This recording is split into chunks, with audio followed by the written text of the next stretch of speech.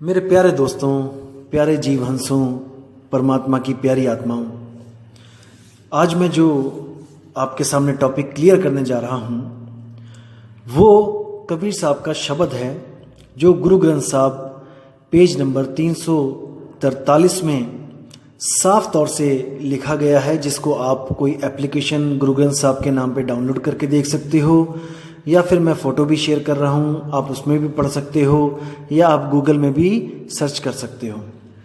तो दोस्तों, जो वाणी मैं बताने जा रहा हूँ उस वाणी का कहने का असली मकसद है 52 अक्षरों से इस जीव आत्मा को अलग करना है।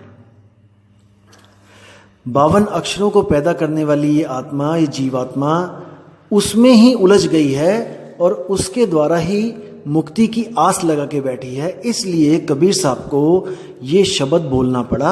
आपने इसको ध्यान से विवेक लगा के समझना है दोस्तों।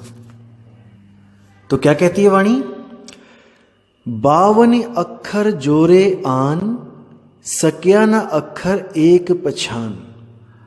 कबीर साहब कहना चाहते हैं कि जितने भी नाना पंथ, नाना प्रकार के मत मतांतर, जितने भी नाना प्रकार के गुरु जो पूरे दुनिया में प्रचार करते हैं अपने अपने पंथों का, वो बताते तो यही है कि परमात्मा एक है, परमात्मा एक है, सबका वही एक है।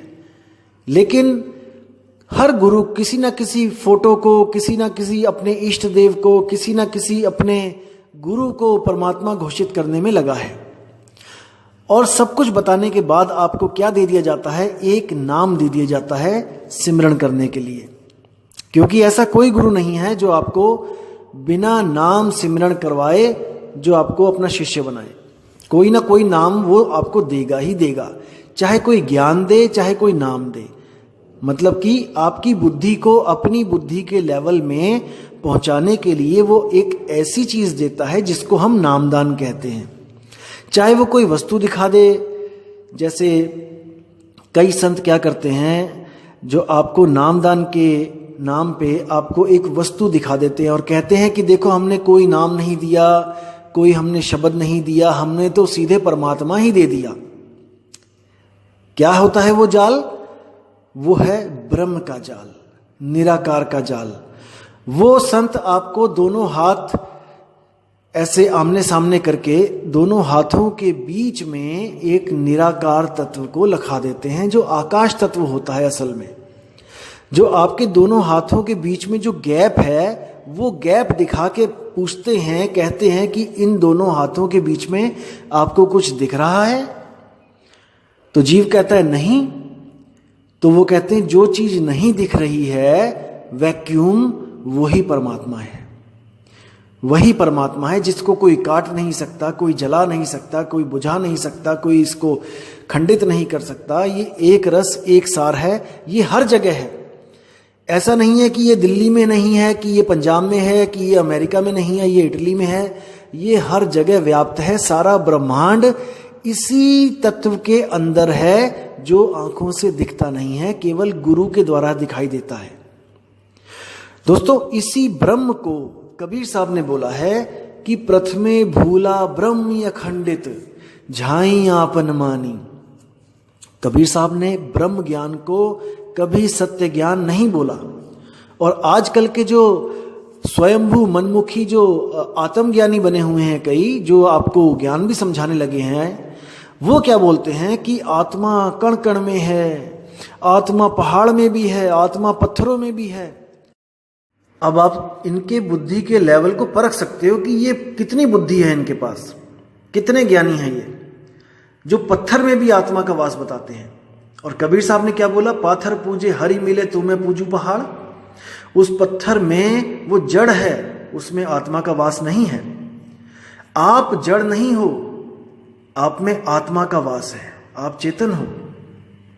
आप इतने चेतन हो कि आपका जो जड़ शरीर है वो भी चेतन लग रहा है, दिख रहा है, चल रहा है, खा रहा है, पी रहा है। तो उस चेतन सत्ता की वजह से आपका जड़ शरीर जो चल रहा है, खा रहा है, पी रहा है, वो अस्तित्व में है, क्योंकि आप में आत्मा है। जिस दिन वो आत्मा आपसे जुदा हो जाएगी, आपके शरीर से, वो शरीर भी उस पत्थर के समान हो जाएगा जो पत्थर आप सड़कों पे पड़ा देखते हो, निर्जीव। इसीलिए कोई किसी की मौत पे भी जाता है शोक मनाने, तो वो ये नहीं कहता उसका नाम लेके कि मैं फलाने के घर जा रहा हूं, मैं फलाने के पास जा रहा हूं। वो कहता है मैं मिट्टी में जा रहा हूं, मैं मिट्टी पे जा रहा हूं, किसी की मिट्टी हो गई है, मतलब चेतन आत्मा जड़ शरीर को छोड़ चुकी है, अब उसमें आत्मा नहीं है। ये आत्मज्ञानी क्या किसी मुर्दे के घर जाके कह सकते हैं कि आपके इस मुर्दे में, इस लाश में आत्मा है? आप इनकी बुद्धि का लेवल देखिए कि ये किस लेवल की बातें करते हैं। ये असल में ब्रह्म को आत्मा समझ बैठे हैं, दिक्कत यहां पे है। ये ब्रह्म ज्ञान को आत्म ज्ञान समझ बैठे हैं। यहां पर इनकी बुद्धि काम करना बंद कर देती है, क्योंकि 12वीं का बच्चा कभी भी बीएससी वालों को नहीं पढ़ा सकता। 12वीं का बच्चा 10वीं वाले को पढ़ा सकता है, 12वीं वालों को भी पढ़ा सकता है। अगर वो 12वीं क्लास में अच्छे से पढ़े तो वो अपने साथियों की भी मदद कर सकता है सवालों के जवाब देने में, लेकिन वो बीएससी के बच्चे की कोई मदद नहीं कर सकता, और ना ही बीएससी के बच्चों के ज्ञान के लेवल को वो समझ सकता है। लेकिन वो ये समझ के बैठा है कि जो उस ज्ञान उसे हो गया वो किसी को नहीं हो सकता। इस भ्रम में वो अपना जन्म तो बर्बाद कर ही लेता है, और जो उसके साथ जुड़ते हैं उनको भी वो 84 के चक्कर में भेज देता है। तो दोस्तों, ब्रह्म क्या है और आत्मा क्या है, इसका खुलासा मैं आपको अगली ऑडियो में करूंगा। लेकिन आज की जो ऑडियो है वो है शब्द के ऊपर, कि कबीर साहब किन शब्दों की बात कर रहे हैं। तो वाणी कहती है, 52 आखर जोरे आन, सक्या न आखर एक पहचान, सत का शब्द कबीरा कहे। अब बात कर रहे हैं साहिब सत्य के शब्द की। अब देखो यहाँ पे दो चीजें हैं, एक है सत्य और एक है शब्द, सत्य का शब्द। अब सत्य भी एक शब्द है। कई लोग सतनाम सतनाम सतनाम जपते हैं, कई लोग सत साहिब सत साहिब सत साहिब करते हैं, लेकिन साहिब कह रहे हैं ये सत्य जो शब्द मैंने बोला है, सत्य, ये असल शब्द नहीं है, ये तो उसकी तरफ इशारा है कि वो शब्द सत्य है, लेकिन असल में वो सत्य बोलने वाले शब्द से भी अलग है। वो क्या है?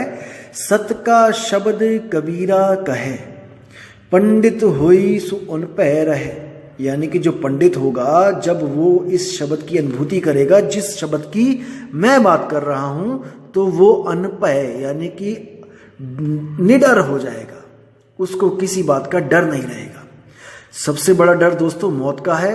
जब इस जीव को पता लग जाता है और आत्म अनुभूति हो जाती है कि मैं तो अमर हूं, तो उसके दिल से ये डर खत्म हो जाता है। इसको ध्यान से समझ लो, ध्यान से दिमाग में बैठा लो कि वो शब्द प्राप्त होते ही जीव निडर हो जाता है, उसे किसी बात का डर नहीं रहता। इसका मतलब ये नहीं कि वो ट्रेन के आगे खड़ा हो जाएगा जाके, इसका मतलब ये है कि उसको मरने की विधि पता लग जाती है कि जब मेरे प्राण निकलेंगे तो मैंने क्या तरीका आजमाना है, क्या दाव खेलना है। पहलवान कोई भी तगड़ा हो, तगड़े से तगड़ा हो, अगर उसको दाव पेच नहीं आते तो उसकी हार निश्चित है, क्योंकि पहलवानी में केवल ताकत नहीं, दाव पेच का बोलबाला होता है। इसीलिए गुरु के पास जाके दाव पेच सीखे जाते हैं। तगड़ा तो वो वैसे भी होता है, जो भी शीशे सीखने आता है तगड़ा तो वो है ही, लेकिन फिर भी वो गुरु धारण करता है कि मुझे गुरुजी दाव पेच सिखाओ कुश्ती के। वही दाव पेच काम आते हैं। जब गुरु दाव पेच सिखा देता है तो गुरु कभी उसके साथ किसी कुश्ती में लड़ता नहीं है, उसकी मदद नहीं करता कि दो लोगों की कुश्ती हो रही है तो गुरु भी उस कुश्ती में कूद जाएगा अपने शिष्य के लिए। ऐसा नहीं होता, क्योंकि कई दुनिया में ऐसे गुरु भी हैं जो आपको कहेंगे कि गुरु पार कर देगा, गुरु पार कर देगा, गुरु अपनी ताकत लगा देगा। ऐसा नहीं होता दोस्तों। गुरु तो अपना ज्ञान देता है, ज्ञान ही ताकत होती है। ज्ञान ही असल में वो विधि है जिसको प्राप्त करने के बाद आप में भी वो ताकत आ जाती है जो गुरु में होती है। जैसे एक छोटा सा बच्चा है जो पानी से बहुत डरता था, वो क्या करता है, वो लोगों को देखता है, बच्चों को देखता है पानी में नहाते हुए, नदी में छलांगे मारते हुए, खुश होते हुए, तो उसके मन में भी ये इच्छा हो जाती है कि मैं भी पानी में छलांगे मारूं। लेकिन वो क्या करता है, वो डरता है, इसलिए वो कभी पानी में छलांग नहीं मारता, कभी उस आनंद को अनुभूति नहीं कर पाता कि उस पानी में छलांग मार के बच्चे इतने खुश क्यों हैं। वो देखता तो है कि बच्चे खुश हैं, लेकिन वो समझ नहीं सकता, उसको महसूस नहीं कर सकता कि किस प्रकार की खुशी बच्चों को मिल रही है। तो एक दिन वो क्या करता है, वो अपने पिताजी से कहता है कि पिताजी, मैं भी नदी में छलांग मार के आनंद लेना चाहता हूं, क्योंकि मैं देखा है कि जो भी नदी में कूदता है वो बचाओ बचाओ करता है, चिल्लाता है, यानी कि नदी में कूद के किसी को आनंद नहीं मिलता। वो डरते हैं, वो चिल्लाते हैं, चीखते हैं। लेकिन जाने क्यों मेरे दो दोस्त हैं, ये जो मेरे बच्चे दोस्त हैं, ये नदी में छलांगे मार के बचाओ बचाओ नहीं करते, ये खुशी से, आनंद से वो विभोर हो जाते हैं। ऐसी क्या चीज है इनके पास? तब पिताजी उनको समझाते हैं बच्चे को कि बेटा, उनके पास विधि है, उनके पास एक तरीका है जिसको तैराकी कहते हैं। असल में उन्होंने तैराकी सीखी है। तो बच्चा कहता है कि मुझे भी तैराकी सीखनी है, उसके लिए मुझे क्या करना पड़ेगा? तो पिताजी कहते हैं तुम्हें एक गुरु धारण करना पड़ेगा जो तुम्हें तैराकी सिखाएगा। तो बच्चा कहता है क्या उसके बाद मैं भी छलांगे मार सकता हूं नदी में? तो पिताजी कहते हैं बिल्कुल। तो बच्चा गुरुजी के पास जाता है और वो उस स्कूल में एडमिशन ले लेता है। तो गुरु बच्चे को तैरना सिखाते हैं पानी में, पहले स्विमिंग पूल में सिखाते हैं, और बच्चा शुरू में डरता है, लेकिन एक दिन डरता है, 2 दिन डरता है, हाथ पैर मारता है, तीसरे दिन, चौथे दिन करते करते वो 1 हफ्ते में इस लायक हो जाता है कि वो अपना वजन पानी पे बैलेंस कर सके, अपने आप को पानी की सतह पे रोक सके। इसी तरह सीखते सीखते जब गुरु देखता है कि ये स्विमिंग पूल में अच्छी तरह तैर सकता है, तो उसको अगले दिन नदी में लेके जाता है। बच्चा डरता है क्योंकि नदी में कूदते हुए उसको थोड़ा सा झिझक महसूस होती है, क्योंकि आज तक कूदा नहीं होता है। लेकिन जैसे ही वो नदी में जाता है तो उसको क्या महसूस होता है कि अरे, यहां पर भी बिल्कुल वैसे ही तैरना है जैसे स्विमिंग पूल में तैरता था, यानी कि यहां के पानी और वहां के पानी में कोई भेद नहीं है, और गहराई से मुझे कोई मतलब नहीं है, क्योंकि मैंने तो ऊपर तैरना है, गहराई में तो जाना ही नहीं है। इस तरह गुरु उसको रोज नदी में ले जाता था और रोज तैरना सिखाता था और नदी पार करवाता था। एक दिन गुरु नहीं आए और लड़का नदी पे इंतजार कर रहा था कि गुरुजी आएंगे। तो उसने क्या विचार किया कि गुरुजी नहीं आए, कोई बात नहीं, मैं स्वयं से आज तैर लेता हूं, और वो तैर के नदी पार कर गया। दोस्तों, ध्यान देने वाली बात यह है यहां पर कि वो गुरु के साथ तो तैरता ही था, अब वो गुरु के बिना भी तैर सकता था। इस बात को समझना है दोस्तों कि मैं क्या कहना चाह रहा हूं, मेरे भाव क्या हैं। मेरे कहने का यह मतलब है कि गुरु कोई देह नहीं है, कि आपका गुरु आपके साथ नहीं है तो आप पार नहीं कर पाओगे। गुरु शब्द है, गुरु ज्ञान है। जो ज्ञान उस गुरु ने अपने शिष्य को दिया था, वो गुरु उस कला के रूप में उसके अंग संग है। अगर वो लड़का उस कला को उस वक्त यूज ना करे जब वो पानी में है, तो वो 100% डूब जाएगा। आप विचार करके देखिए दोस्तों, मैं क्या कह रहा हूं।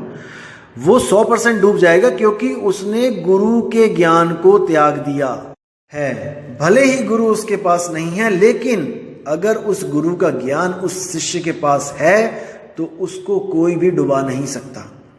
चाहे वो समुद्र में ही छलांग क्यों ना मार दे, चाहे 5 किलोमीटर गहराई क्यों ना हो, लेकिन समुद्र भी उसको डुबा नहीं सकता, क्योंकि गुरु उस शिष्य के अंग संग है, ज्ञान के रूप में, शब्द के रूप में।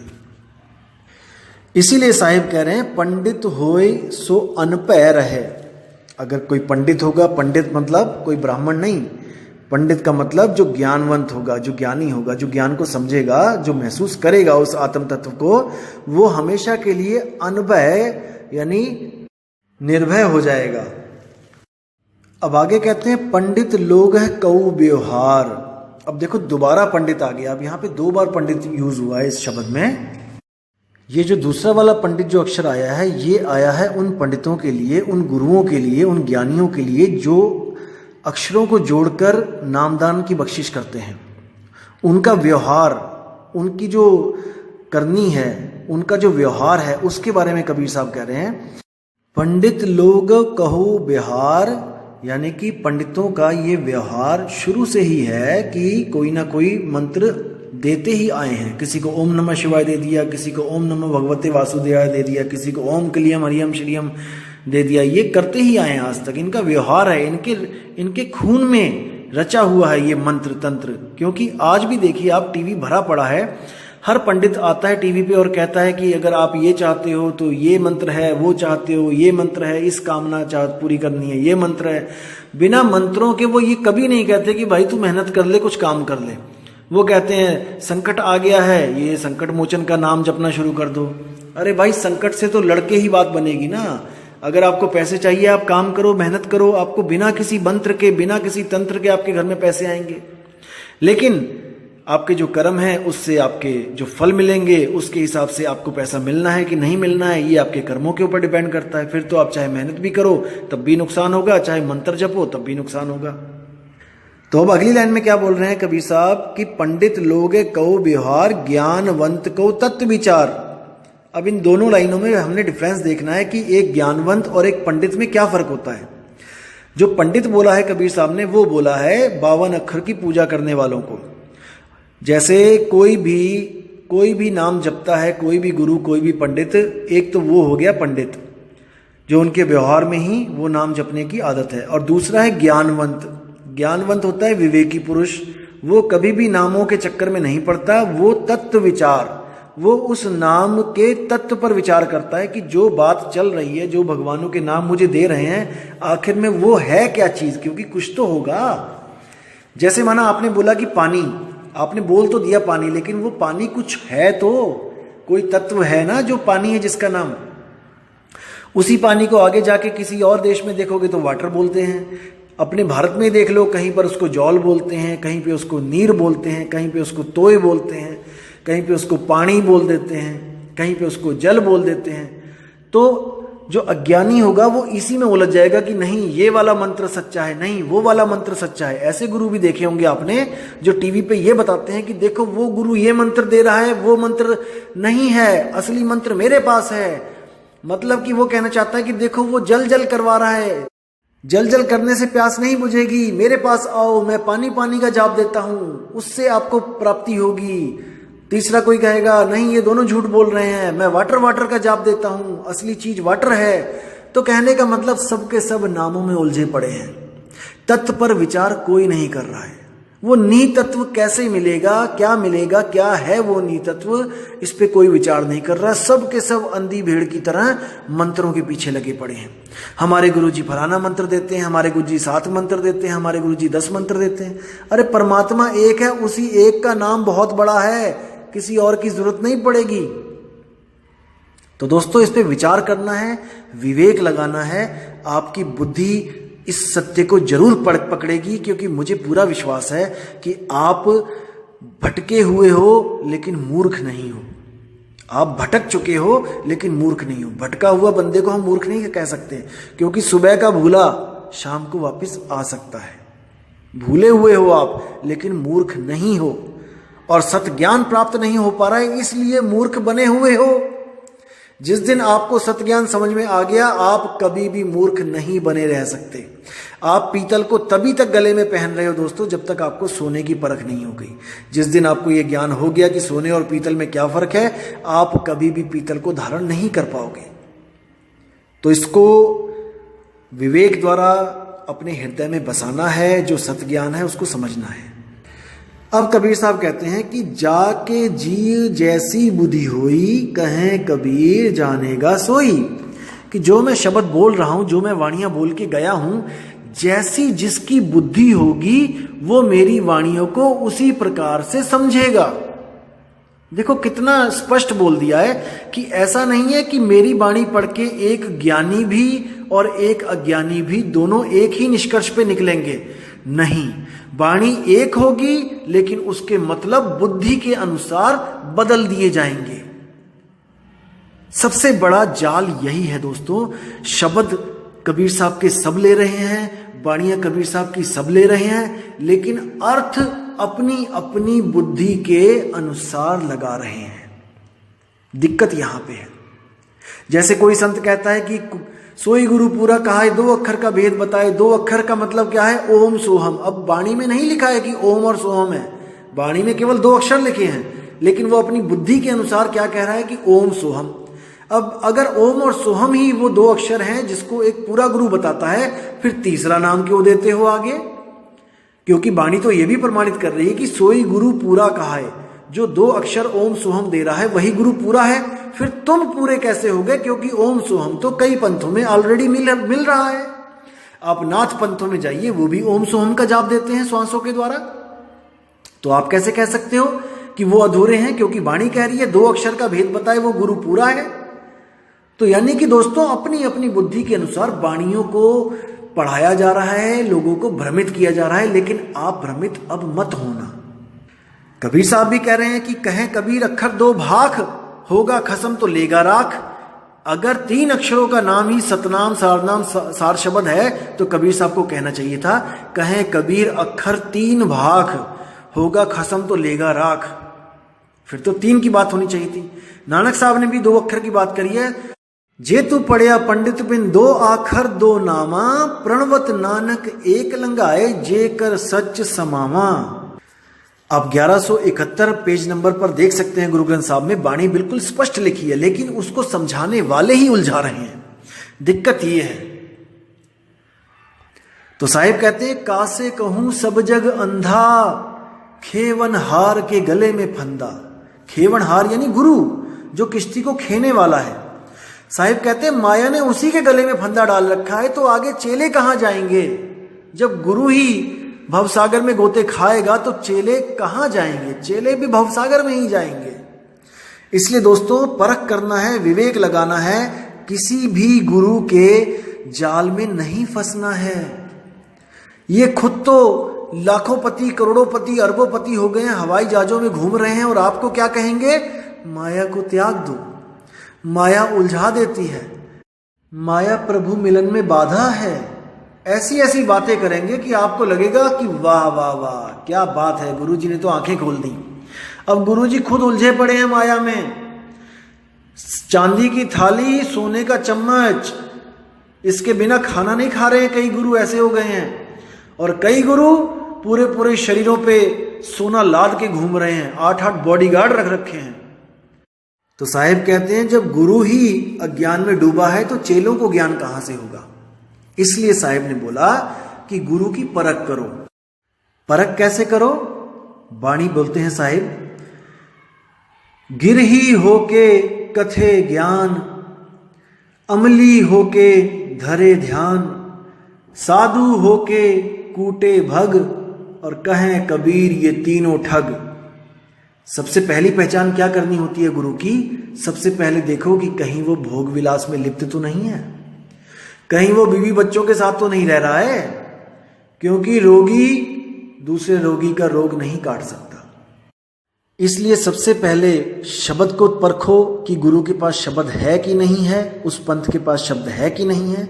उसके बाद जाके गुरु पे विचार करो कि कहीं गुरु भोगी तो नहीं है, कहीं गुरु ग्रस्त तो नहीं है।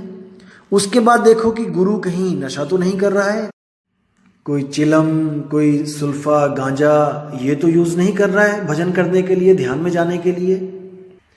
फिर देखो कि उसमें कहीं अहंकार तो नहीं है।